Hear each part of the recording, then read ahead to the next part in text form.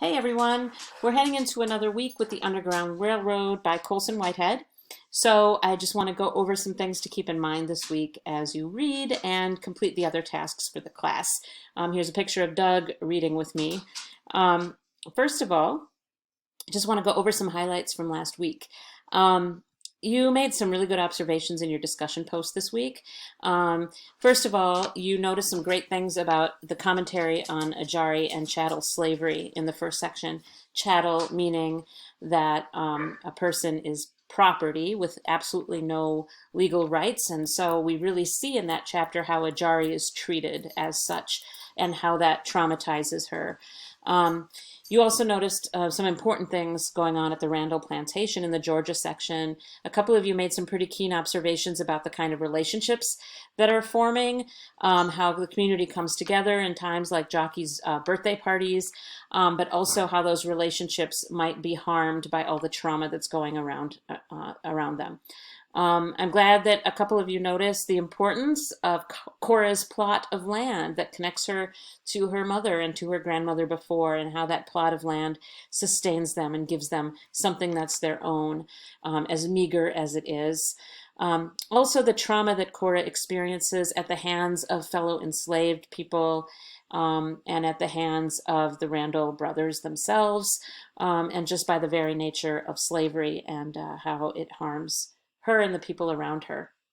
I also wanted to emphasize something that a couple people noticed, which is the theme of the myth of the good slave owner, in this case, the woman, Mrs. Garner, who previously owned Caesar and his parents. Compared to the Randall brothers, she seems to be a good slave owner. I think that's an oxymoron. I don't think there's any such thing. But pro-slavery literature was filled with propaganda about how slave owners were kind and they treated people well and they let people learn to read and write and then they freed them. Well, we see how much of that goes wrong with Mrs. Garner. So like Harriet Jacobs, we see the broken promises of white women, and we see how even good people who owned other people were not so good. So keep these things in mind. I also want to do a quick reality check. Remember that the time commitment for a 14-week class is about 10 to 14 hours a week of work. That's the work you should be spending on your reading. It's also the time you should be spending on the class activities like watching videos and participating in reading discussions, right? So all of those online elements are part of what you need to do each week. Because we're a 14-week class, we have to make up for those other 2 weeks. And so this class does come with a time commitment. The required course materials, obviously the books are required, but also the videos and reading guides are required materials as well. So please spend time with them, as most of you have been. And again, the class discussion posts are an absolutely essential part of this online class.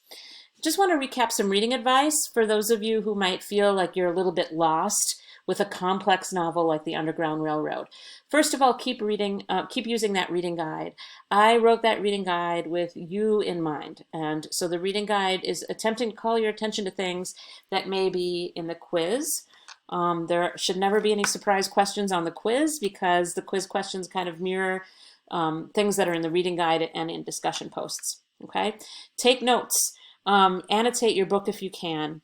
If you don't want to write in your book, or if you have an ebook, you can use sticky notes. You can take notes separately, mark key quotations in some way, and make sure you ask questions. Use the discussion thread. If you're confused about something happening in the novel, I might be able to help you with it. Or I might be able to say, well, you're supposed to be confused. It's okay that you're confused right now. That's kind of how it's written. Don't worry about it. So feel free to let me help you if you feel confused. So for the next week, we're going to be reading a longer section than we did last week. We're going to follow Cora from South Carolina to North Carolina to Tennessee, and we're also going to learn in between those places about a couple of the minor characters. Keep in mind this really important quotation that you've seen in the reading guide from Lumley. Of course, Lumley is the first station agent of the Underground Railroad who helps Cora and Caesar on their way, one of the good white people in the novel, and he says, every state is different, each one a state of possibility with its own customs and way of doing things. Whitehead has compared this book to Gulliver's Travels, a travel fiction written by Jonathan Swift, an Irish writer, who wrote about all these different places that Gulliver visited and how every place was radically different from the last one. So keep in mind how these places are different. I also want you to keep in mind this really important quotation from Whitehead. I'm not going to stick to the facts, but I'll stick to the truth. I love that quotation. The most obvious way we see that is in the Underground Railroad, right? He completely invents a literal railroad that goes by tunnel, right? We know that that's not how the Underground Railroad actually worked. It wasn't literally a railroad. So he imagines it as a literal railroad. Think about the technology that would have been required to make that happen and why that really isn't all that realistic. Think about magical realism. Think about other places, particularly in North Carolina, where he's talking about things that weren't necessarily happening right before the Civil War. Okay, so think about where he's playing with the historical timeline. I'll be interested to hear where you notice that in South Carolina. Wait a second. Yeah, okay, so some things to think about. Keep Cora in mind, the second question of the reading guide. Remember that quotation about Ajari, know your value and know your place in the order. Ajari stayed in that place, but Cora, like her mother, has left her place. She defies her place.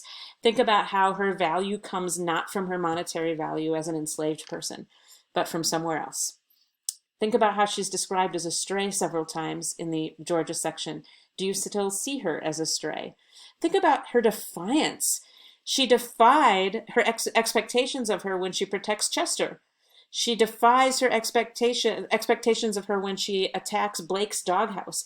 And then she obviously defies expectations when she runs away.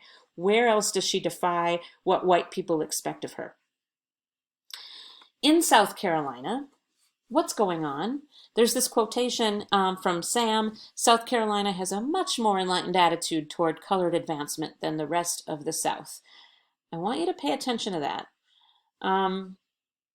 Things in South Carolina might not be as they seem. Where do you first see hints of that and what's really going on there? I can't wait to hear your thoughts about that. North Carolina, keep in mind the slave narratives, particularly Harriet Jacobs. The Friday festivals and the new race laws are going to create some really ugly, tough to read situations in North Carolina. You might remember that content warning from the reading guide. This is difficult material, but think about the commentary. Again, think how every state is different and what kind of version of slavery is Whitehead asking us to imagine. And then in Tennessee, think about parallels and commentary on American history and pay attention to the new characters that we meet there. In between, we get these backstories on two characters that we see elsewhere, Stevens and Ethel. I'll be curious about your observations about those and why Whitehead wants us to think more about these characters. All right, so a note about terminology, and I'm almost done here. You may have noticed that I have been, in discussion posts, I've been saying enslaved people. In the reading guide, I've been saying enslaved people. I try to say enslaved people and not use the word slaves, and I've been intentional about that because I've been trying to follow the lead of some African American historians, some African American scholars who are concerned that the word slaves has turned people into objects, that it's dehumanizing. So my own choice is to use the phrase enslaved people to keep the humanity of these people at the forefront. Now, I'm not saying that you should do that. That's up to you. You can use the terminology that you're comfortable with here. I'm just letting you know why I'm using the terminology that I am. Okay, so do the reading. Keep notes in the reading guide. When it comes to your Thursday discussion post, I think Thursday night will work, 11:59 p.m. Seemed to work last time, so I'll give you 12 extra hours on Thursday. Remember that you should find a specific thing to react to, but keep your summary brief. So, for example, if you want to respond to a Friday festival, you should spend a couple sentences maybe recapping what happens, but then the rest of your post should be your thoughts, your interpretation, what you think of it. And then, again, please read everyone's posts and read my replies to everybody because a lot of my teaching, a lot of the important stuff I want you to know happens in my replies to you all. So you'll need to click on those posts and read through. read my post that I make. I typically try to post once a week on my own. Read that as well, and make sure you ask questions. I guarantee you're going to learn from each other. It was really fun reading that first quiz question about what you learned from your classmates in the posts. You can probably expect a question like that again in future quizzes. So pay attention to each other and the really great insights that you're sharing with each other. I'm really grateful to you for sharing these because it helps us learn more. And if you still haven't read the discussion post assignment, please do that. Okay? I am here to help you. If there's anything that you need, if you have any questions or concerns, come see me. I'm on campus typically Monday, Tuesday, and Wednesday. So if the door is open, stop in. On the syllabus, my on-campus office hours are noted, but you can also meet with me virtually, and you can always email me. Okay? I'm here to help you. Oh, and I would like to have another discussion session this week. So I'm hoping to see a few of you at this virtual informal discussion session. Please see the link to a new super short survey so I can plan this for a time when more of you can make it. All right, have a great week. Enjoy the reading. Thanks in advance for sharing all your great observations this week about Whitehead's writing.